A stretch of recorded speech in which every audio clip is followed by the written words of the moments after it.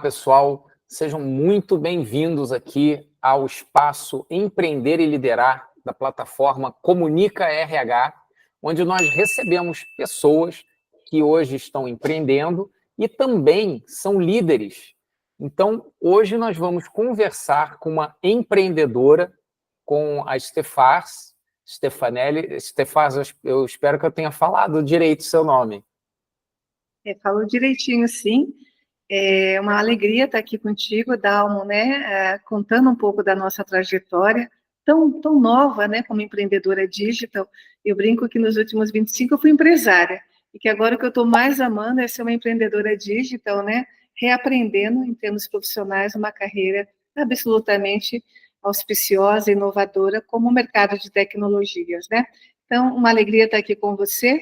Sou Stefanelli, CEO Founder da Cook. A Cook é uma HRTech de cultura aqui no Brasil, a primeira com esse desafio, né, de uma ferramenta, de um software mais comportamental, e é uma alegria de te contar um pouco do que nós temos aqui nesse momento, né, de escala de tração, de escala de empoderamento, para que a Cook cumpra o seu papel, que é, naturalmente, mudar a escala do RH, né, de cultura organizacional para uma cultura mais de pertencimento, né?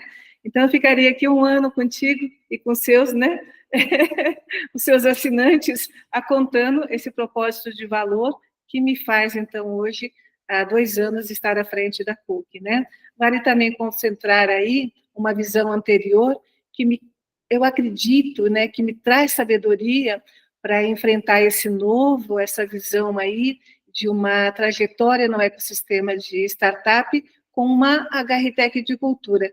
Por 25 anos, isso foi meu mundo, né? Eu sou uma estrategista BI em culturas organizacionais no Brasil. Impactamos aí, numa primeira empresa, no primeiro empreendimento meu, cerca de 1 milhão de colaboradores no grande varejo, né? Então, bora contar um pouco disso agora de uma forma digital, né? De uma forma era digital para o mercado corporativo. Então, conta pra gente como é que foi construída aí a sua carreira nesses 25 anos, né? Esses primeiros 25 anos que você falou, né? Como é que foi a sua carreira no mundo corporativo e como é que você entrou aí nessa questão aí do empreendedorismo, né? Dalmo, tudo começou em 2001, onde eu coloquei no mercado quinto P, pessoas, né? Eu vinha de uma carreira, como eu te comentei, no varejo brasileiro, em assessoria de imprensa. Eu fui assessora de imprensa das companhias MAPA e Mesbla, e fiquei com as companhias até o encerramento, até a falência, de fato, das companhias, e sem perceber, o meu maior estímulo naquele momento doloroso, né, de ver grandes marcas do varejo brasileiro virarem pó, eu não tinha prazer em falar com as assessorias de imprensa, eu tinha prazer em falar com os colaboradores, aqueles vendedores antigos que estavam sofrendo um processo também de perda profunda, né? Sem perceber, ali foi o meu olhar primário para pessoas, né? Então, MAPA e Mesbla falem, eu me dou a oportunidade de criar uma área de comunicação para uma das unidades de negócio do Senac São Paulo, e a partir dali, desse primeiro movimento meu no mercado pós-MAPA e Mesbla, eu tenho a oportunidade de criar uma agência estrategista ali em comunicação de pessoas e focada em culturas organizacionais. Eu vou te dizer com muita significância, tinha mesa de reunião que as pessoas dormiam comigo, pelo teor da inovação. Porque o mercado se traduzia em 4 P's, né, do marketing, né? Promoção, o preço, a precificação, o ponto de venda. Então, eu vinha com esse discurso holístico de pessoas em 2001, era muito inovador, né? Até que deu match.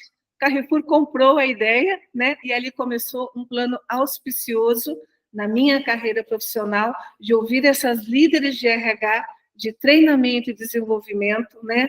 Para que eu pudesse, então, ao lado delas, com a minha visão mais técnica, ajudar a mudar naturalmente o patamar da gestão de pessoas nas organizações. Então, foram 25 anos dedicadas ao grande varejo e foram se somando todas as grandes marcas, e ali, além de impactarmos, como eu comentei, 1 milhão de colaboradores com N projetos, né, a gente teve a oportunidade de ganhar prêmios de relevância para Carrefour, para a Senac, para Banco Carrefour, com essa visão mais orientada a pessoas, né?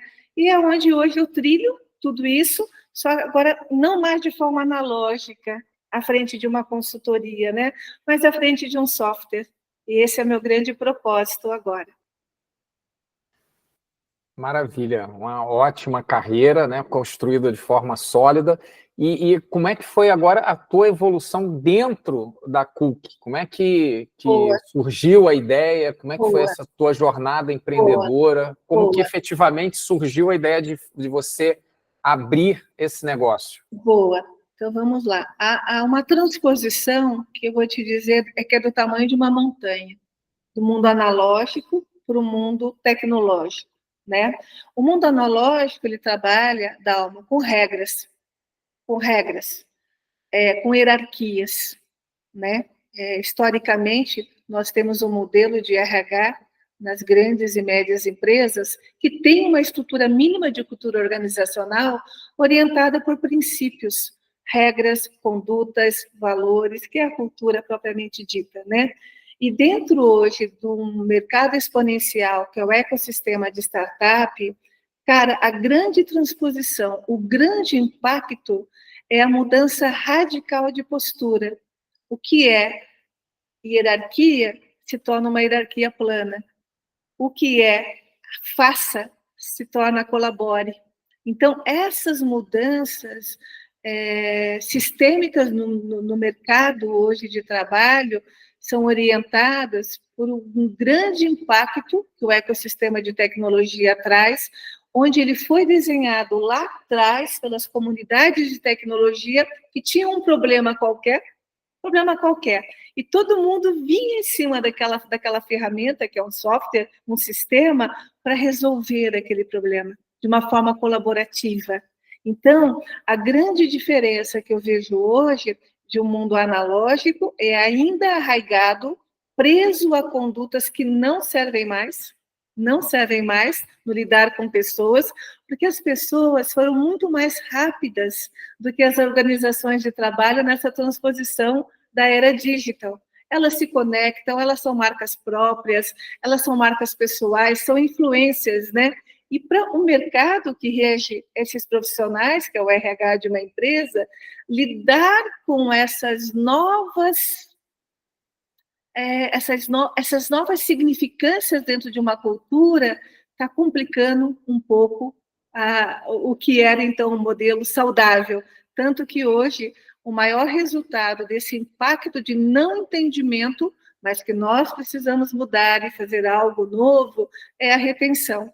As empresas hoje, Dalmo, têm um índice enorme de retenção de uma forma nunca antes vista. A retenção até ontem eu ia para o concorrente, né? Porque ele me pagaria mais, eu teria um cargo acima do meu, agora não. Eu saio da empresa e não vou para nenhum concorrente. Eu saio porque não tem fit, não tem match com a cultura, não tem match com o meu líder. E isso, o tratamento disso dentro das organizações de trabalho, médias e grandes, está sendo realmente uma transposição enorme de condutas, né? Algumas mais na frente, nós temos sempre inovação, tem sempre um piloto, né, que leva algumas poucas empresas. A maioria, te digo, sem erro, e nem um pouco dizendo que não é fato, elas estão perdidas. Nós temos hoje uma visão de times de RH, hoje, que deveria, inicialmente, para entender essa revolução, se capacitar em tecnologias, fazer cursinhos básicos de tecnologia. Então, fica aqui o meu pedido, aproveitando, né, esse canal tão interessante, Comunica RH, para dizer e fazer um chamado para que times de RH não são times de tecnologia. Times de liderança não são times de tecnologia, mas entender a importância de dados é de responsabilidade da liderança para poder aplicá-los, é responsabilidade do RH para poder ter uma leitura melhor de dados. Então, acho que esse é o meu grande recado, né, nessa visão do que eu tenho aprendido no ecossistema de startup. E mais um dado, a palavra concorrência no futuro do trabalho é uma palavra morta. Nós voltamos a banquetes de Platão. figurativamente, onde o diálogo é o mais importante numa estrutura de produtividade qualquer. Então, vou dizer que a palavra mais interessante para um líder, para um time de RH, ter essa hegemonia de cultura na mão, não ter perda tão cavalar de talentos, é colaboração. Assustador, né? Parece simples, mas não é. Não, na verdade, assim, eu gosto até de falar quando eu dou aula, né, que essa questão da liderança não é que ela seja difícil, mas ela é complexa. Então, as coisas elas podem ser fáceis e complexas, podem ser difíceis e complexas, enfim. E essa questão, quando você coloca aí a variável pessoas, acaba trazendo essa complexidade para as relações processuais que o RH normalmente tinha como concebido, né, da sua origem. O RH vem lá do departamento pessoal, era um departamento meramente processual, Exato. e ele começa a ser estratégico a partir do momento que ele começa a olhar para o fator, para a variável pessoas. E isso é que traz a complexidade. Mas você falou também aí sobre essa questão de tecnologia, transformação, né? E você é uma profissional que vem de um mercado tradicional de varejo e hoje em dia está atuando numa startup. E eu queria saber o que te transforma, qual foi a transformação em você, saindo desse meio tradicional. Boa. Foi ali com essas meninas de RH, 70%, 80% hoje, aqui no Brasil, quem está à frente do RH são mulheres em ascensão de carreira, mães de família, com idade entre 30 e 45 anos, né? E ali, em 2017, eu comecei a sentir um inconformismo, Dalmo, enorme, enorme. O mundo já falava pré-pandemia sobre internet das coisas, sobre robótica, sobre inteligência artificial. Os dados começavam a chegar nas companhias para uma análise mais sistêmica, e no RH esses dados demorou a chegarem. Os dados de entendimento. Você pedia, tipo assim, vamos mudar a cadeia de supply. Opa, vamos mudar a cadeia de supply. Quando a gente fala em varejo, né, tudo é muito grandioso. Então, você começa, né, você quando é chamada, tem um chamamento a um projeto dessa envergadura, pedir dados. E começou a vir um monte de Excel. Assustador. E eu falei, cara, isso não combina com nada, isso não se integra. E eu comecei a emburrecer dentro dessa minha visão de uma profissional sempre muito curiosa, inventiva, inovadora. Então, eu ali em 2016 falei, eu tenho que contribuir com o sistema, né, o ecossistema de RH, aprender algo que eu estou cobrando deles, que são dados, para que eu possa voltar e dizer, olha, com propriedade, o mundo agora vai ser orientado por isso, por aquilo, eu estou do teu lado para nós aprendermos juntos. De novo, nessa dicotomia, ninguém mais tem um gerenciamento de aprender sozinho. Bom, o que eu fiz? Eu me dei que hoje se chamaria um sabático, imaginava eu que seria alguma coisa bem pontual, fui para a Espanha participar de um congresso de Smart Cities, que eu sou uma pesquisadora amadora em cidades inteligentes, e ali do lado ressoava naquela semana que em Lisboa, uma semana depois, ia ter um tal de Web Summit. Eu falei, nossa, você tem a menor dimensão de tudo isso, né? Imagina. Quando eu vejo, eu mudei o ticket de avião, perdi a passagem, comprei um ticket de trem e estava eu dentro do Web Summit em Lisboa, uma mulher de capital humano, no meio de tecnologia de ponta, abarcando uma realidade absolutamente inspiradora de 50 mil pessoas, de 50 países, falando sobre tecnologias. Eu não parei mais. Eu falei, é aqui que eu vou descobrir nesse ambiente o que eu quero levar para o Brasil. Então, eu digo que numa sequência de participações das edições do Web Summit, me colocaram como integrante do Human Tech, do Web Summit, Mulheres de Tecnologia. Eu falei, cara, eu sou de gestão humana. Então, tudo aquilo me dava uma composição de responsabilidade profunda a voltar para o meu Brasil e ter uma tomada de decisão que demorou, te confesso, 2 anos. Acho que na segunda edição do Web Summit, ali 2019 para 20, que eu tive essa lucidez. Eu disse para mim, eu vou voltar para o Brasil, eu vou montar uma HRTech.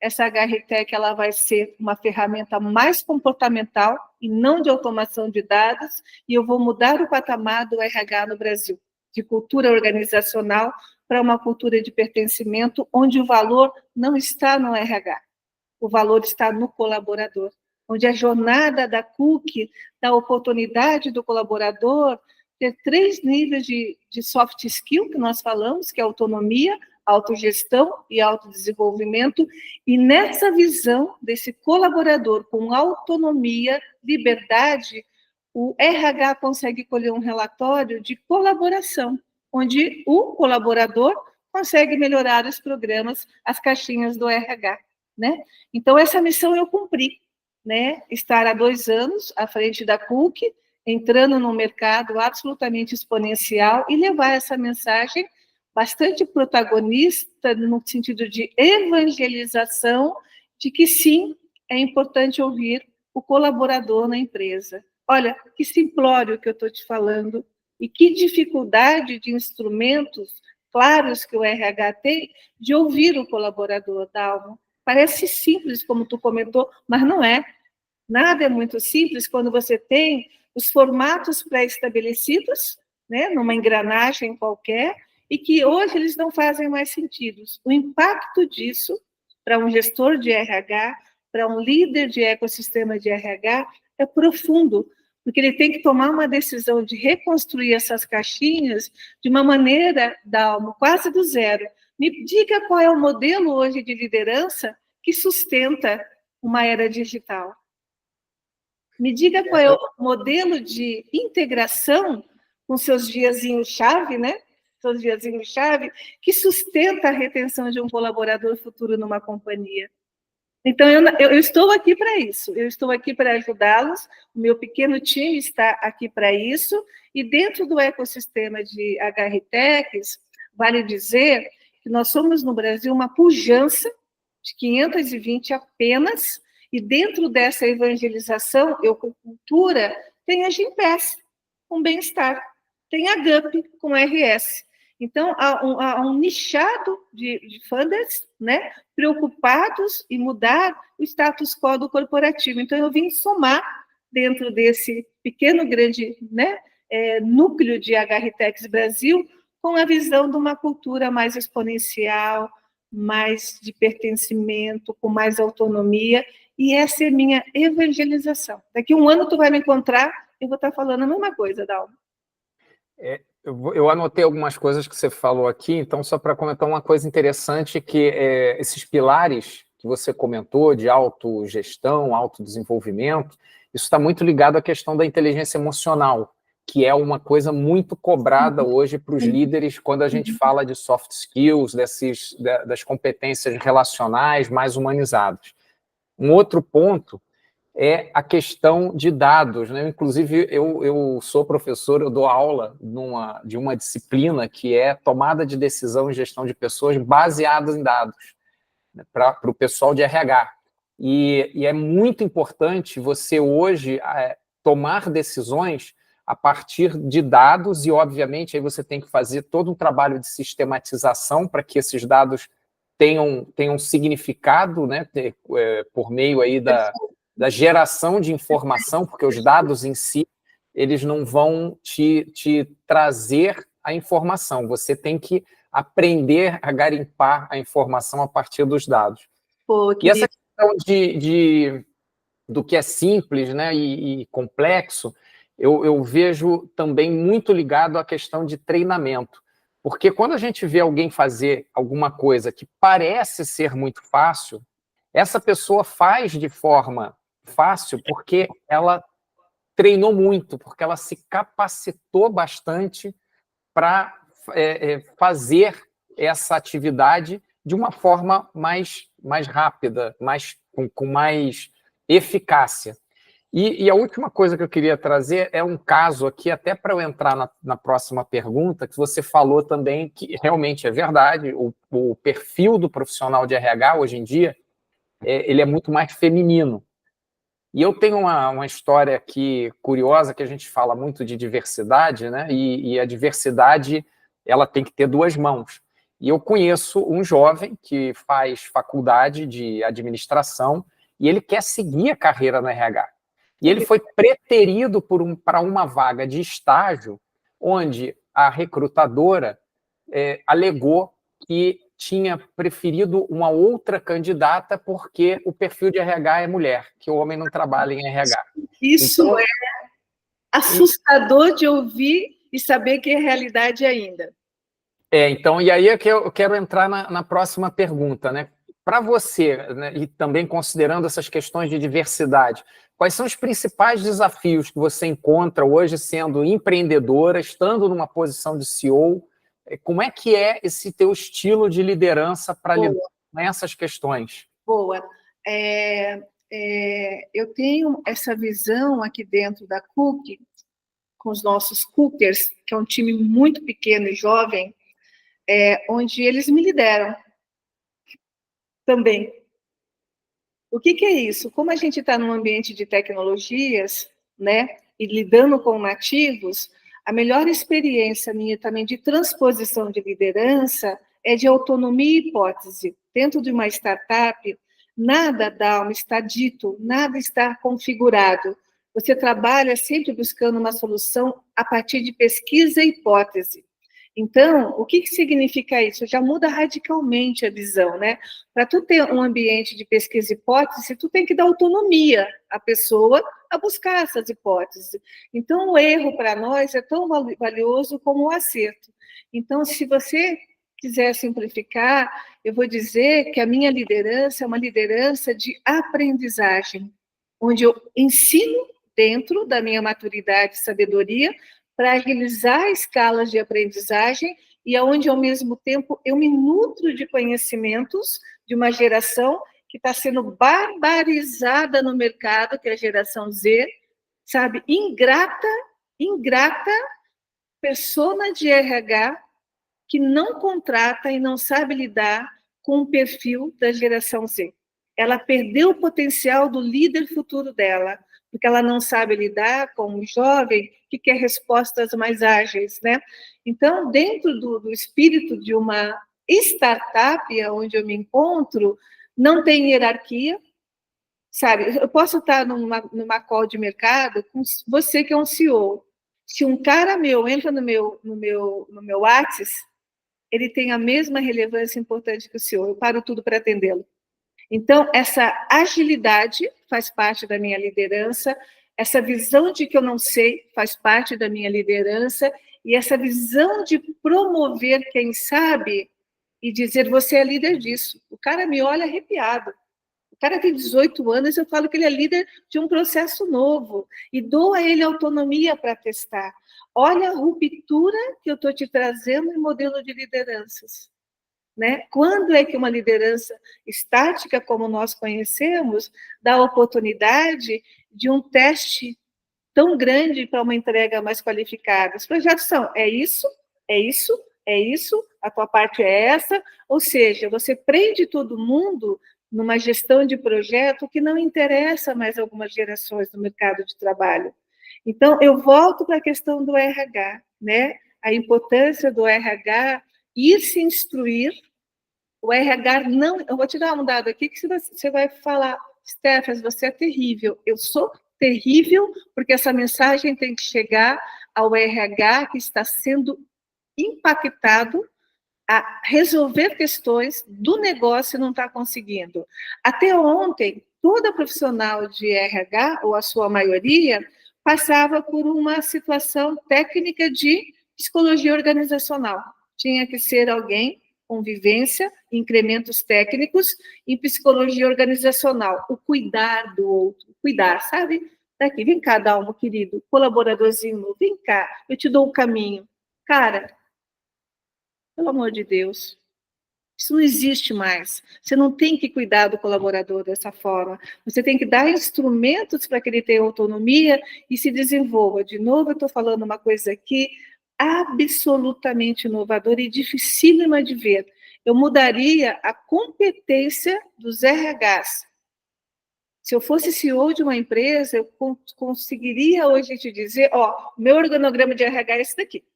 Nada mais de psicologia. Não temos que cuidar de ninguém. Nós temos que dar a ele uma oportunidade de ambiente construtivo, de aprendizagem, onde ele realmente seja o autor dele mesmo, seja o grande, né, colaborador dele mesmo, né? Essas caixinhas têm atrapalhado muito, sabe, Dalmo, a entrada e adesão e aderência desse novo colaborador de gerações mais jovens, sabe?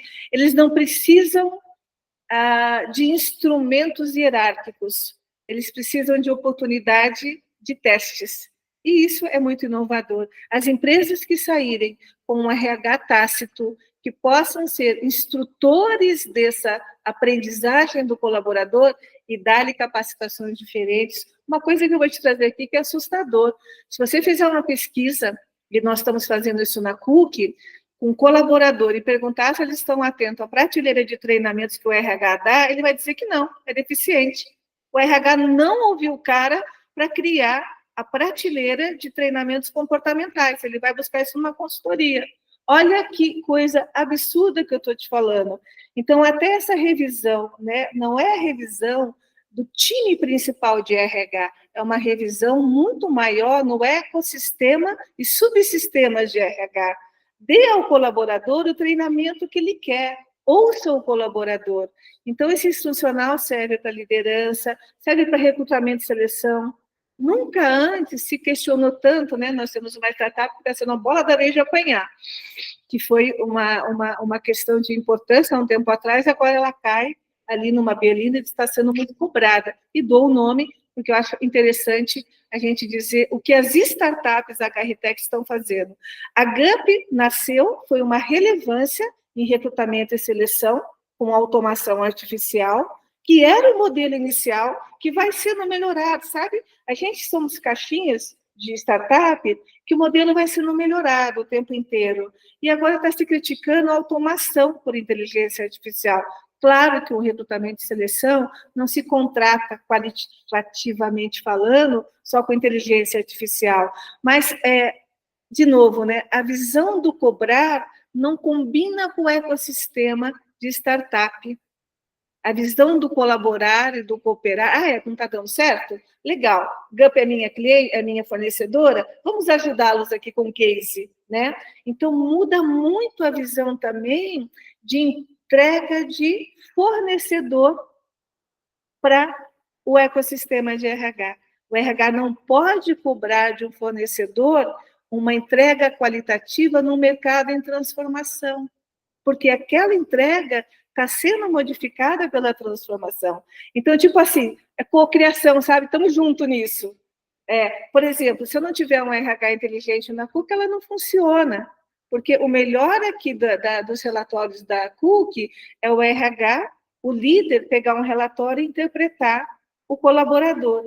Então, a gente volta num ponto básico, e aí também outra visão minha. RH, não basta comprar um sistema, não basta assinar um software, você tem que aprender a ler dados. E não se sabe ler dados direito aí. Muita coisa ao mesmo tempo acontecendo, Dalmo. A transformação digital, ela tem que... o profissional que tiver essa ideia da transformação digital tem que ter em mente o seguinte, ela começa por pessoas. Você não faz transformação digital sem pessoas. Sim. E você tocou alguns pontos aqui que eu anotei também, essa questão de ouvir, né? Muitas vezes as empresas pecam porque elas criam, das suas próprias cabeças, elas criam programas dentro da empresa que elas acham que são benefícios, mas elas não escutam quem vai usar esse benefício. Às vezes, pode ser... eu já vi casos de empresa que o funcionário queria muito menos do que o que a empresa estava oferecendo. O que a empresa estava oferecendo tinha um custo muito maior e com uma ação muito mais simples e barata, ela atenderia melhor à necessidade do funcionário. A gente vai falar de uma palavra que acho que é bacana e chamar também a responsabilidade de inovação, uma área focal que faz parte do ecossistema de RH, que é o endomarketing e a comunicação interna. A comunicação interna deve ser hoje empática, e não uma diretriz de informar o que a empresa faz. Dentro da CUC, qualquer informação, que para nós a comunicação interna é apenas mais uma feature, uma funcionalidade, tem a participação e o pertencimento do colaborador. Ele curte, ele não curte, ele comenta, ele não gosta. Olha que interessante se eu gerar um relatório para uma companhia, do endomarketing dela, que naquele mês-chave, aquelas notícias todas não interessou o colaborador. Vamos ouvir o colaborador, não é? E isso traz um ponto, de novo, um ponto importante aqui, até para a questão da eficácia do RH e a eficácia da empresa com relação ao colaborador, né? Que é você ter esse relacionamento e de forma que o endomarketing ele seja efetivo e não seja só marketing, porque acontece muitas vezes, você faz a propaganda, cria uma imagem para o mercado, mas o colaborador, efetivamente, lá dentro, ele sabe, não, mas isso não é verdade, não parece nem a empresa que eu trabalho no dia a dia, né? Então, o endomarketing é importante, mas ele tem que efetivamente refletir a cultura da empresa. E um outro ponto é a questão da liderança, de você ter, hoje, dentro desse contexto, ser um líder ambidestro que consegue lidar com 2 ou mais fatores, variáveis ao mesmo tempo, olhar o passado, olhar o futuro, olhar o resultado, mas olhar as pessoas que geram esses resultados, então ter essa ambidestria e trabalhar dentro aí de uma liderança também ágil, né, que a gente trouxe aí da tecnologia, a questão da gestão ágil, né, dos projetos, a gestão de projeto ágil, e a gente trabalhar isso dentro de um contexto também organizacional de liderança. Mas, como é que você analisa esse propósito de levar cultura, né, para as pequenas e médias empresas? Boa, eu vou falar muito de PME contigo, mas eu queria fechar muito e deixar uma mensagem aqui para as médias e grandes que tiveram a audácia de, em algum momento, investir em cultura, investir em pessoas, em gestão de pessoas, e que agora está numa sinuca de bico, porque construiu essas caixas todas e precisa, naturalmente, de uma atualização de modelo a partir do nosso status quo, bastante digital. Eu diria ao time de RH, ouça-se profundamente. Primeiramente, aplica a pesquisa no colaborador da área de tecnologia. Aplica uma pesquisa no seu time. Veja a oportunidade e a ameaça do que eles precisam para se capacitar e fecha a capacitação comportamental conforme esse raio-x da pesquisa diga que aquele pequeno ou grande time de RH precisa. Isso dá uma escala de valor fantástica. Times de liderança, o mesmo propósito, aplique uma pesquisa orientada a líderes com ameaças e oportunidade. As deficiências vão estar ali parametrizadas e claras e leva, então, toda a capacitação a esse entendimento do que eles precisam, né? Olha, é bem simples, não compre treinamento como se todo mundo fosse consumir na mesma escala.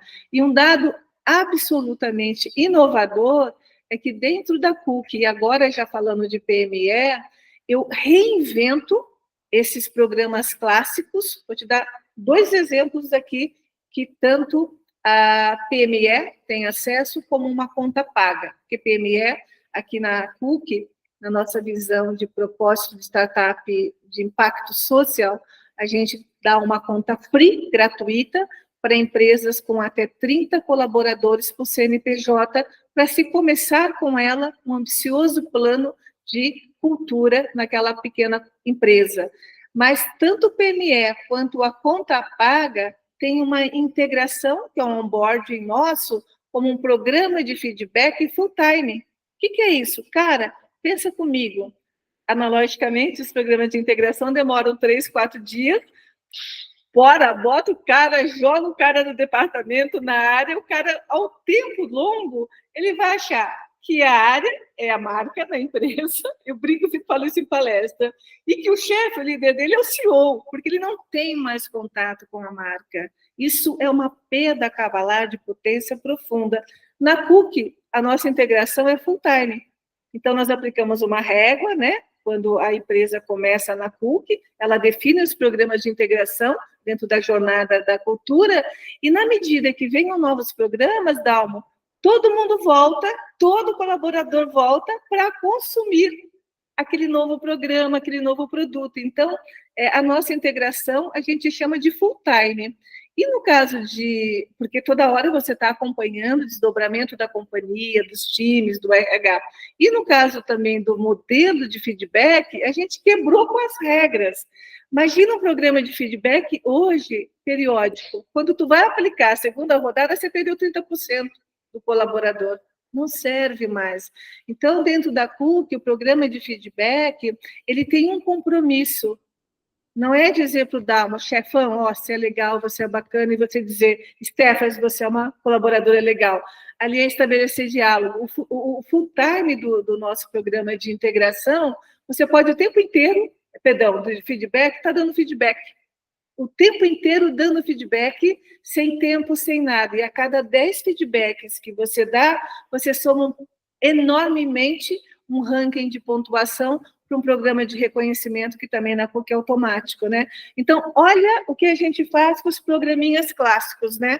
Dá a ele uma liberdade de ser perene, recorrente, e ao mesmo tempo a pessoa está sendo reconhecida porque ela pontua. PME tem acesso a essa grade de funcionalidades, PME quer automação, PME deseja ser grande, não tem um dono de negócio PME que nasceu para ser tacanho.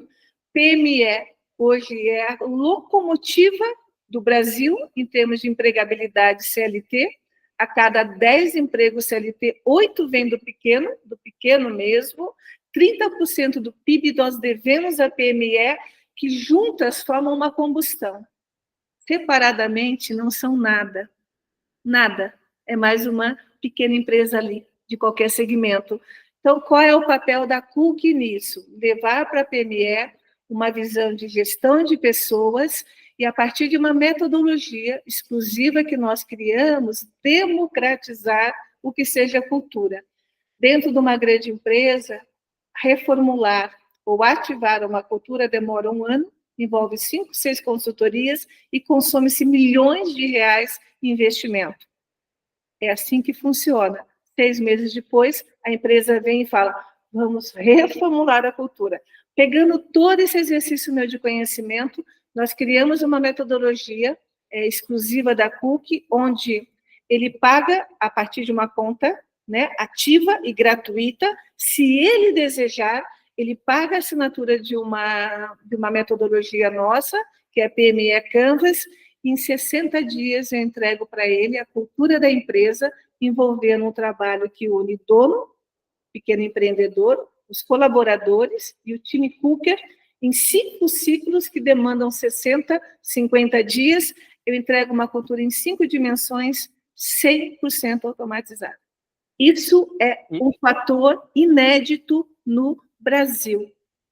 E como é que é esse ineditismo dessa metodologia Canvas? O que ela traz aí de inédito e como é que ela ajuda a gerar essa cultura? Boa, vamos lá. Primeiro, que você não tem como aplicar a cultura individualmente numa PME. Isso tudo é escalabilidade, é automático. Então, eu tive que pegar o meu pequeno time e falar, eu preciso aplicar cultura em pequenos, porém, isso tem que ser automatizado. Não pode envolver hora uma inteligência, porque eu não sou uma consultoria. Eu sou um software. Então, de novo, volto ao ecossistema de startup. Hipótese. A gente foi quebrar a cabeça por 6 meses para entender quais as ferramentas que a gente tinha, hipoteticamente, para criar essa jornada de automação de uma metodologia que gera cultura. Então, nós levamos 6 meses e conseguimos. Qual é o método em si? Nós cruzamos pesquisas orientadas ao dono com uma visão do negócio. Nós cruzamos pesquisa orientada ao colaborador com a visão do trabalho. Negócio e trabalho. Negócio e trabalho é a existência de uma empresa. A partir daí, nós cruzamos esses dados de pesquisa em busca de palavras-chave. Numa metodologia dessa, às vezes sai 2.000 palavras-chave, 3.000 palavras-chave. E aí nós começamos... Exato, é uma coisa alucinante, né? porque são várias pesquisas dono, num ciclo inicial, várias pesquisas colaborador, no ciclo 2, no ciclo 3 é análise, é o mapeamento disso e o diagnóstico disso. Em automação, a gente chega, às vezes, a 2.000, 2.500 palavras-chave. Aí tem um segundo filtro. O que uma palavra-chave do dono conversa com uma palavra-chave do colaborador? Simplório assim, vamos imaginar que saia a palavra abacaxi, saiu no dono e saiu no colaborador. Opa, essa é uma palavra-chave que nos interessa para dimensões. E dessa forma, a gente consegue, então, entregar 5 dimensões, que é missão, valores ou crenças, jeito de ser, visão futura, cruzando por inteligência artificial o que o dono tem como absoluto entendimento do negócio e o que o colaborador tem como absoluto entendimento do trabalho naquela empresa. E dessa forma, então, no 4º ciclo, nós entregamos uma cultura em 5 dimensões. A Cook testou essa piloto, deu certo, e a gente agora está muito confortável de colocar a nossa essa visão, né, de um modelo matriz bastante auspicioso, porque você tem uma cultura em 60 dias. Aí eu vou continuar te dizendo, explorando o PME. Aí você vai dizer, Stephanie, o que a Cook ganha com conta PME se é gratuita? Ela ganha a nossa colaboração e entusiasmo de entregar para ela N produtos a partir da cultura. Por exemplo, um vídeo. Terminamos de entregar, Dalma, a sua PME, né, a sua cultura PME. Nós vamos chegar para o Dalmo e falar, Dalmo, quer fazer um vídeo da sua cultura para o mercado? Aí começa. Nós temos uma suíte de vendas hoje, onde PME encontra inúmeros produtos para melhorar a automação dela de processos. Espero que eu tenha conseguido explicar algo tão complexo de uma forma muito simples. Sim, sim, conseguiu. E aí fica a dúvida aqui, né? Você falou muito da questão do crescimento, a empresa ela começa pequena, mas ela quer crescer. Uma startup também, quando a gente hoje fala de startup, o grande desafio das startups é exatamente crescerem e virarem os famosos unicórnios, né? E como é que você está se preparando para expandir e quais são os planos que você tem para a expansão da Cook? Boa. Primeiro, a gente identificou primariamente nessa régua comercial um grande ativo, que é o PME, tá bom? Quando você fala em PME, tu fala em escalabilidade, envolve setoriais, envolve um Sebrae da vida, envolve uma ABR da vida, né? Envolve uma OAB da vida, porque por detrás dessas grandes, né, associações de classe é que nós temos os pequenos, então isso nos garante uma escalabilidade, tá? Então, se você me perguntar qual é o meu grande foco, tudo bem, eu tenho 2 contas pagas, mas o meu grande foco de inovação, de pesquisa e desenvolvimento aplicado, nós estamos entrando com um projeto de edital na FAPESP para ampliar essa automação da conta PME, para que, de fato, eu consiga entregar para a PME, não a cultura, mas uma visão de digitalização do negócio dela. É bem diferente. Então, hoje, nós estamos apostando muito em pesquisa e desenvolvimento, numa jornada a médio e longo prazo, com a conta automatizada da cultura PME.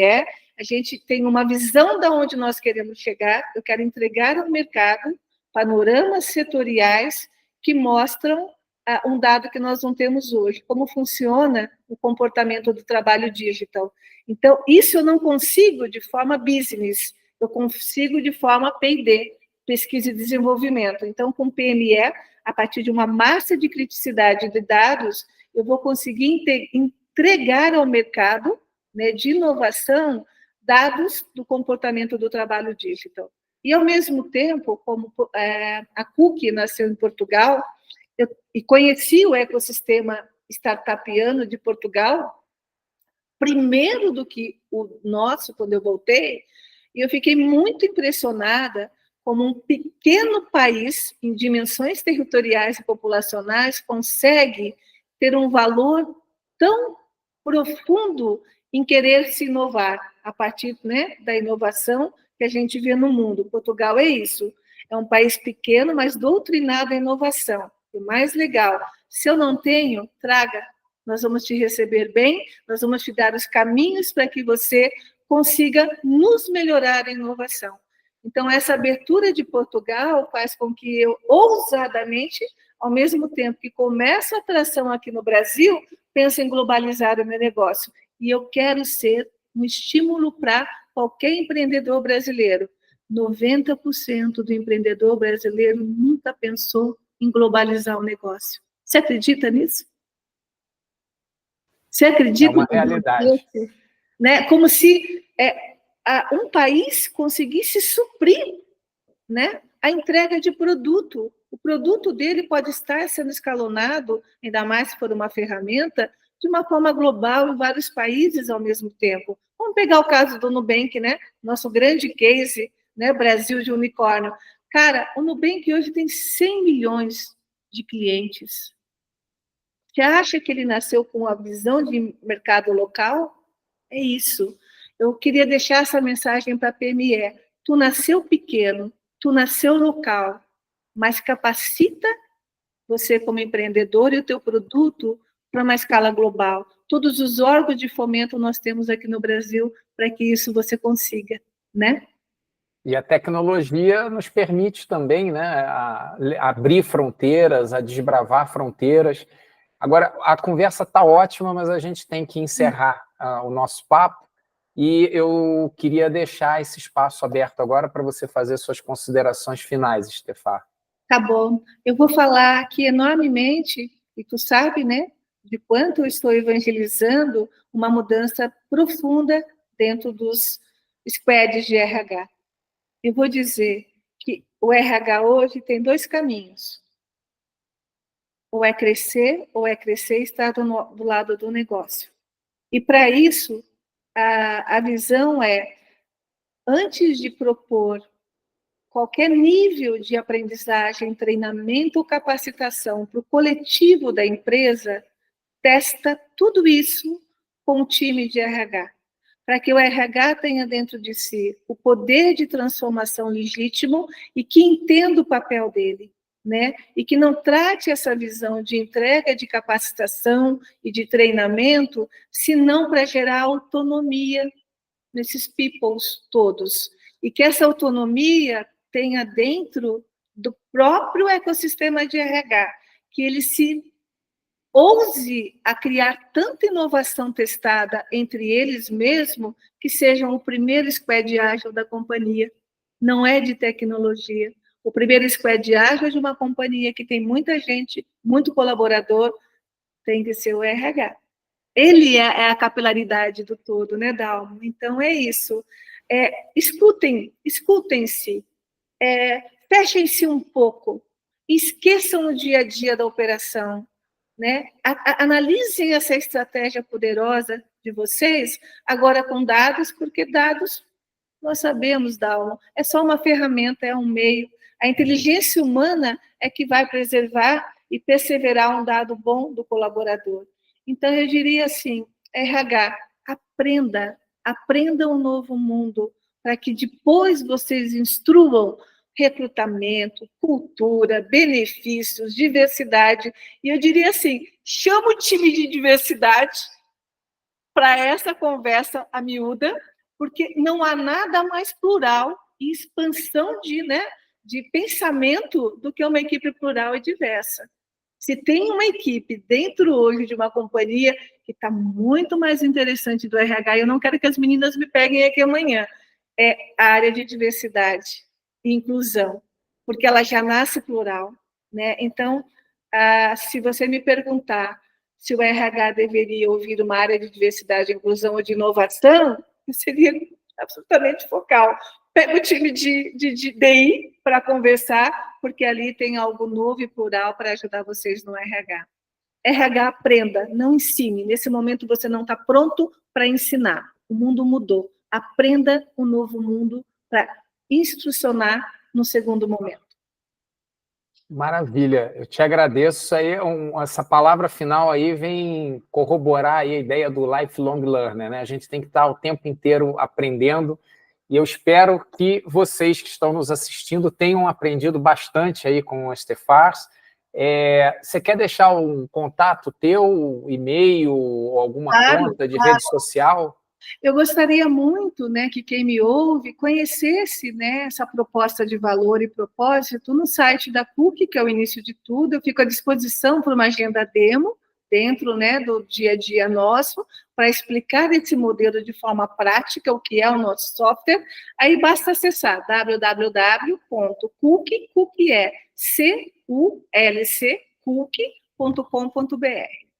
Ali começa um novo mundo para o RH. Maravilha. Pessoal, agradeço mais uma vez a Estefars, a plataforma Comunica RH, dando esse espaço para a gente conversar sobre empreendedorismo e liderança, e eu encontro vocês no nosso próximo vídeo. Salmo, muito obrigada por estar conosco aqui, e parabéns especial, né, à empreendedora Cristina Cruz, que hoje mora em Lisboa, e que teve aí essa oportunidade de colocar o portal Comunica RH como mais uma ferramenta, né, de evangelização, de melhoria aí para toda a visão de gestão humana. Parabéns a Cris. Até mais, pessoal.